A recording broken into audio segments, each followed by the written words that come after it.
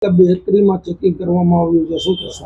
31ના તહેવારને અનુલક્ષીને આજે જંકશન પ્લોટમાં આવેલ રેફ્યુજી કોલોની સ્થિત જય જલારામ બેકરીમાં જે મેન્યુફેક્ચર યુનિટ છે ત્યાં કેક પેસ્ટ્રી તેમજ બેકરી પ્રોડક્ટનું ઉત્પાદન થઈ રહેલું છે, ત્યાં ચકાસણી ચાલુ છે. સાહેબ, કઈ પ્રકારની ચેકિંગ કરવામાં આવ્યું છે? અહીંયા નીચે કેક પેસ્ટ્રી બનાવવામાં આવી રહેલી છે, ઉપર બેકરી પ્રોડક્ટનું જે પ્રોડક્શન ચાલુ છે તે આપણે તપાસ કરી રહ્યા છીએ, જેમાં વપરાતું રો મટીરિયલ તેમજ તેના સ્ટોરેજ તેમજ હાઇજેનિક કન્ડિશન બાબતે આપણે ચકાસણી કરી રહ્યા છીએ. અત્યારે શું વાંધાજનક થયેલું છે? અત્યારે વાંધાજનક કંઈ બીજું તો જોવા નથી મળેલો, પણ જે સ્ટોરેજ છે તે બાબતે તેમજ હાઇજેનિક કન્ડિશન બાબતે જે કંઈ થોડી ઘણી ત્રુટિ છે તે બાબતે એમને નોટિસ આપવામાં આવશે. સાહેબ, નોટિસ આપી એમાં કાર્યવાહી શું થઈ શકે? નોટિસ ઇમ્પ્રુવમેન્ટ નોટિસ હોય ત્યારે નોટિસ પછી એ લોકો એનો જવાબ કરશે, જે ઇમ્પ્રુવમેન્ટ કર્યું છે તેનો નોટિસનો જવાબ આપશે. આગામી ક્યાંય જવાના છો?